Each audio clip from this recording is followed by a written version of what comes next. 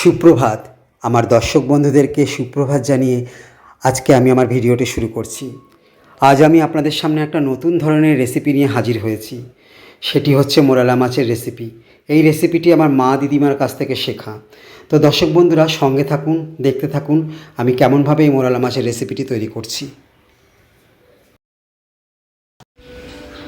300 গ্রামের মতন মোরালা মাছ নিয়ে নিয়েছি। এবার মাছগুলোকে ভালো করে আমি আঁশ ছাড়িয়ে নেব।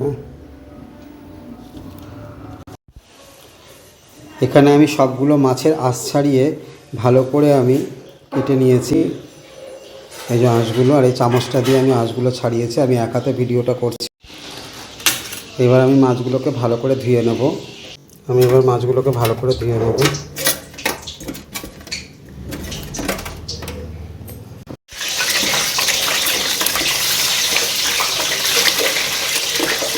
ভালো করে ধুয়ে নিচ্ছি মাছগুলোকে। ভালো করে ধুয়ে জল ঝরিয়ে নিয়েছি। দিয়ে দিচ্ছি পরিমাণ মতো হলুদ গুঁড়ো,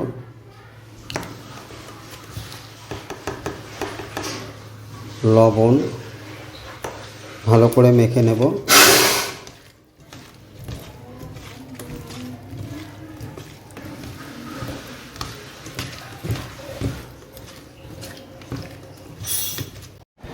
এবার আমি মাছগুলোকে সর্ষের তেল দিয়ে মেখে নেব।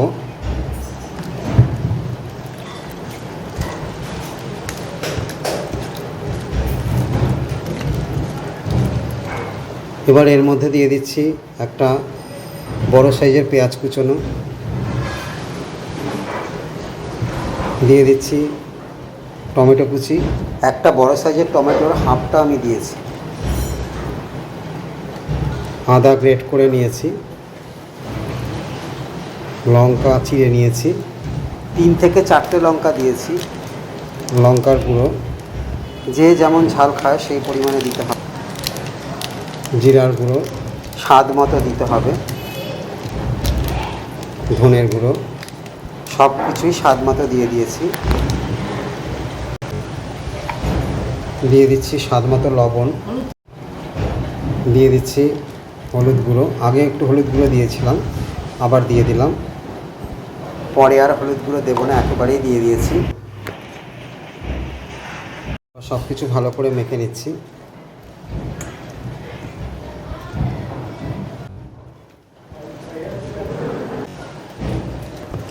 খুব সাবধানে মাখতে হবে যাতে মাছগুলো ভেঙে না যায়। সব কিছু ভালো করে আমি মেখে নিয়েছি। গ্যাস অন করে কড়াই বসিয়ে দিলাম। কড়াই গরম হয়ে গেছে, দিয়ে দিচ্ছি সর্ষের তেল। আজকে আমি মোরালা মাছের রেসিপিটা সর্ষের তেল দিয়ে করব। আমার সব কিছু রান্না আমি বেশিরভাগই সাদা তেলেই দেখাই।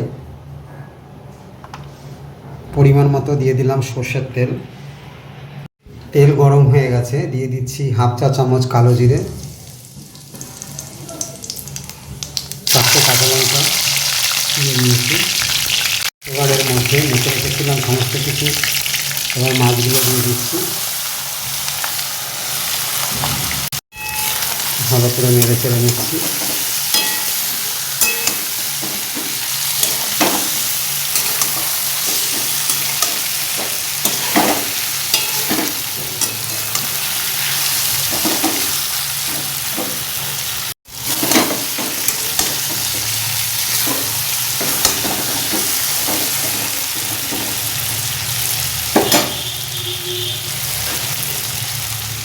এবার অল্প পরিমাণে জল দিয়ে দিচ্ছি। আঁচ কমিয়ে দিচ্ছি, লো ফ্লেমে করে দিচ্ছি। আর একটু জল দিয়ে দিচ্ছি। জলের পরিমাণটা বুঝে শুনে দিতে হবে যাতে বেশি না হয়।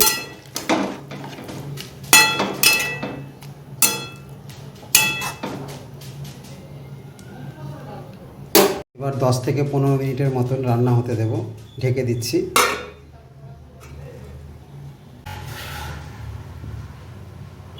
এখন ছাদে চলে এসেছি। তো আমাদের টবের মধ্যে এই যে বিলাতি ধনেপাতা লাগিয়েছি। তো দর্শক বন্ধুরা আপনারা এই ধনেপাতাগুলোকে কী বলেন একটু কমেন্ট করে জানাবেন। আমরা এগুলোকে বিলাতি ধনেপাতা বলি। তো আমি এখান থেকে বিলাতি ধনেপাতা নিয়ে নিচ্ছি টব থেকে। এই যে বিলাতি ধনেপাতা নিয়ে নিয়েছি, এখানেও আমি ধনেপাতা লাগিয়েছি, আবার একটা ছিম গাছও লাগিয়েছি। ধনেপাতা নেওয়া হয়ে গেছে, এখন আমি রান্নাঘরে যাচ্ছি।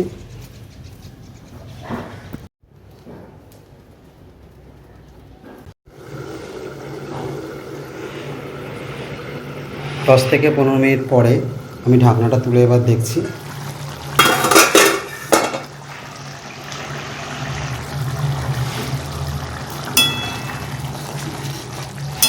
একটু নেড়ে চেড়ে দিচ্ছি।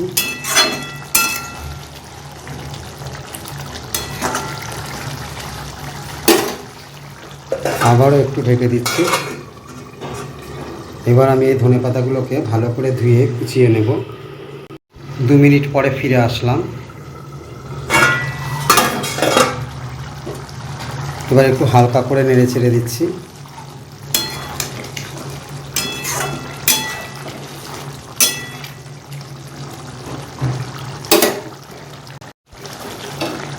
ধনেপাতাগুলো কুচিয়ে নিয়েছি, এবার এর মধ্যে দিয়ে দেব।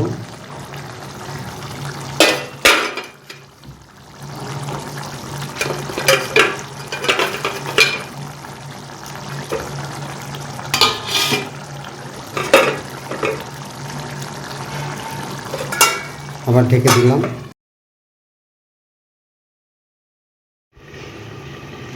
1 মিনিট পর ফিরে এলাম।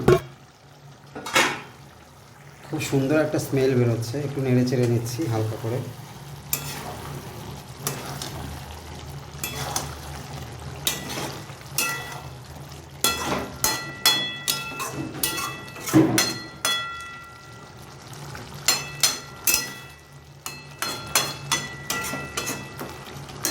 মাছগুলো আমি বেশি নাড়াচাড়া করছি না, মাছগুলো তো খুব পাতলা, তাই যদি ভেঙে যায়।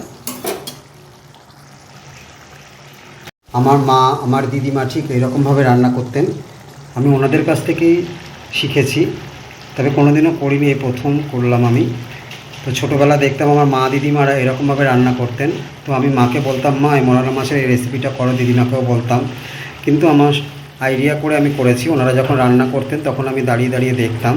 তখন তো আমি ছোটো, তবুও আমার কিছু কিছু জিনিস মনে আছে, তো সেই পদ্ধতিতে আমি করলাম। তো দর্শক বন্ধুরা, এখন আমি নামিয়ে নেব। আপনারাও কিন্তু ঠিক এরকমভাবে করবেন, আমি যেরকমভাবে তৈরি করেছি। করে আমাকে জানাবেন কেমন লাগলো। বাড়িতে আত্মীয় স্বজন বন্ধুবান্ধব আসলে এই রেসিপিটি তৈরি করে খাওয়ান, দেখবেন খুব ভালো লাগবে।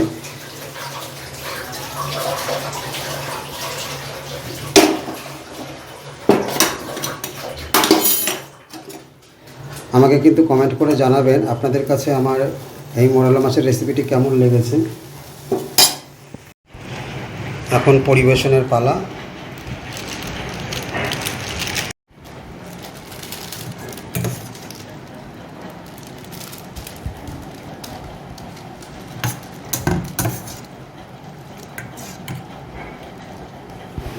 আমি অল্প পরিমাণেই নিচ্ছি, আমরা দুপুরবেলা সবাই মিলে খাওয়া দাওয়া করব। তো দর্শক বন্ধুরা, আপনাদের কাছে কেমন লেগেছে আমার এই ভিডিওটি? আশা করি খুব ভালো লেগেছে।